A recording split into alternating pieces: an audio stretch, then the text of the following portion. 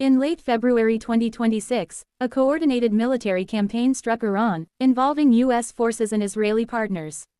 The operation, reportedly targeting leadership compounds, missile facilities, and critical infrastructure, has sparked intense debate about the real beneficiaries of this conflict. While officially framed as a preventive measure against Iranian threats to regional stability and U.S. interests, analysts increasingly argue that the war serves Israeli strategic aims far more than American ones. Trump's unexpected pivot. President Donald Trump, who during his campaigns emphasized an "America First" doctrine and a desire to reduce U.S. involvement in Middle Eastern conflicts, dramatically shifted his approach with these strikes. Previously critical of interventionist wars that wrecked far more nations than they built, Trump authorized full-scale attacks thousands of miles from American shores. Analysts suggest that this abrupt pivot reflects not a change in U.S. strategic priorities but rather external pressures and long-standing regional agendas, in particular, lobbying from Israel's government. Historical context of U.S.-Israel-Iran dynamics. For decades, Israel has viewed Iran as an existential threat. Iranian support for militant groups like Hezbollah, coupled with a nuclear program that Israeli leaders claim could produce a weapon capable of striking Israeli cities, has fueled persistent fears. These concerns have translated into intense lobbying in Washington, seeking to convince successive U.S. administrations to adopt a hardline posture. From the early 2000s through the Trump administration, Israel's message remained consistent: Iran must be neutralized before it develops capabilities that threaten the region irreversibly. In this context, the February 2026 strikes can be seen as the culmination of long-term Israeli strategic planning. While U.S. policy documents prior to these attacks emphasized reducing military entanglement in the Middle East, the sudden escalation suggests that Israeli priorities heavily influenced decision-making. Why analysts believe Israel benefits more? Several factors indicate that Israel stands to gain more than the U.S. from this war.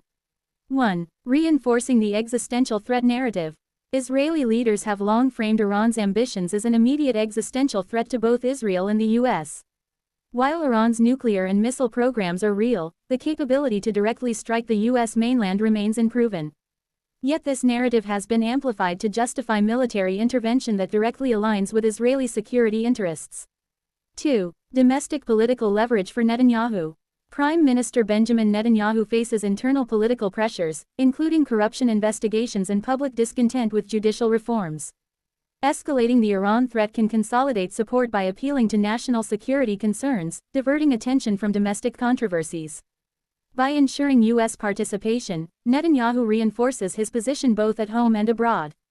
3. Disruption of diplomatic negotiations. Prior to the strikes, U.S. and Iranian officials had been engaging in preliminary negotiations mediated by regional intermediaries, including Oman, aimed at resolving nuclear tensions. Israeli pressure and military action effectively derailed these diplomatic channels. Critics argue that Israel favors military solutions over negotiated compromises, viewing them as less reliable for neutralizing perceived threats. 4. Alignment with Israeli strategic timing. The choice to act in early 2026 coincides with regional political shifts favorable to Israel. Rising unrest in neighboring countries and the potential for U.S. elections later in the year create a narrow window in which military action can achieve maximum strategic leverage. Analysts suggest that U.S. involvement is essentially Israel's force multiplier. 5. Divergence from U.S. public sentiment. American public opinion is overwhelmingly skeptical of new Middle East wars. Surveys indicate that fewer than a quarter of Americans support direct military action against Iran. This disjunction between public opinion and government policy highlights the extent to which U.S. involvement may be influenced by allied priorities rather than domestic interests. Human and regional costs. The immediate consequences of the strikes have been profound. Iranian cities suffered substantial damage, and initial reports suggest significant casualties among military personnel and potentially high-ranking officials. Iran retaliated with missile and drone strikes targeting Israeli and American positions, leading to further casualties and infrastructure damage. Beyond the human toll, the conflict has destabilized the region. Oil markets experienced volatility, supply chains were disrupted, and refugee flows are expected to increase.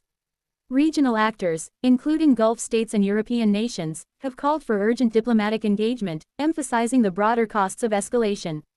Strategic and diplomatic implications. Experts highlight several key strategic concerns for the U.S. Ambiguity of threat. While Iran remains a strategic competitor, it presents no direct threat to the U.S. homeland at present.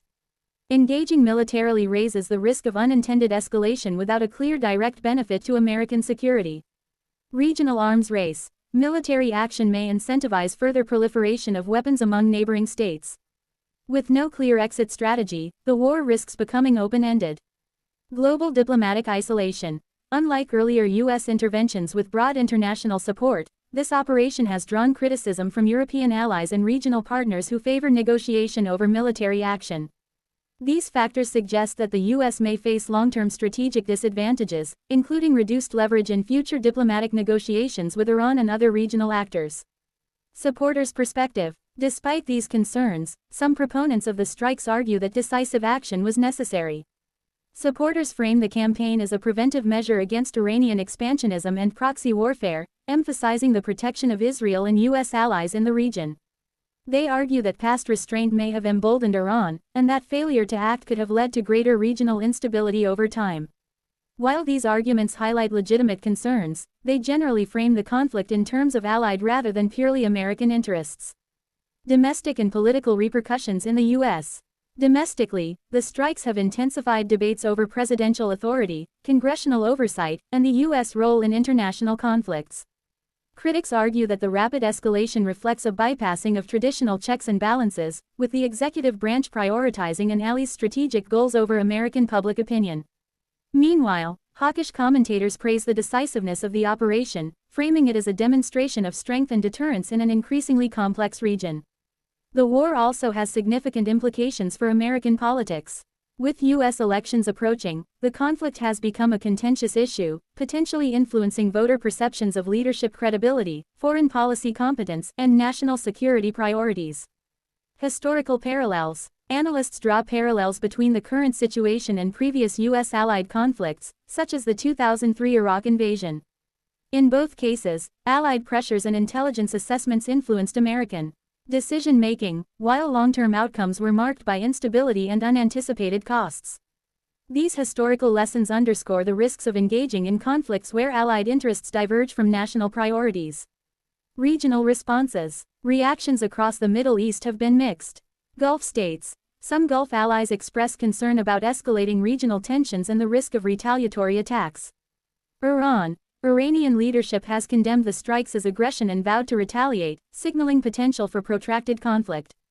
European nations have urged restraint and dialogue, highlighting the potential for widespread destabilization. These responses illustrate the complex geopolitical landscape in which U.S. and Israeli actions intersect with broader regional and global interests. Long-term strategic questions. The conflict raises several critical questions. Can U.S. interests be served effectively through a war primarily aligned with an ally's objectives? What are the consequences for U.S. credibility if regional partners perceive the conflict as favoring Israel over broader international norms? How might ongoing military engagement affect diplomatic options and the potential for future negotiation with Iran? Addressing these questions is essential for evaluating the long-term implications of the strikes. Conclusion. The February 2026 strikes against Iran represent a complex intersection of U.S. and Israeli interests. While officially justified as preventive and protective measures, multiple indicators suggest that the operation disproportionately benefits Israel, supporting strategic and domestic political objectives of Netanyahu's government. U.S. involvement, though framed as a defense of national security, raises significant questions about the alignment of American foreign policy with public opinion and strategic necessity. The human and regional costs are already substantial, and the potential for long-term destabilization is high. Analysts warn that while allies may gain immediate strategic leverage, the U.S. faces an uncertain and potentially adverse legacy from this conflict. The operation thus exemplifies the tension between alliance obligations and independent national interest, highlighting the complexities inherent in contemporary international relations. As the situation continues to unfold, the central debate remains: is the U.S. engaging in a war that truly serves its own national security, or is it acting as a partner in a conflict driven primarily by the strategic imperatives of a close ally? While history will ultimately judge the outcomes, early analysis indicates that the benefits of the strikes accrue more clearly to Israel than to the United States.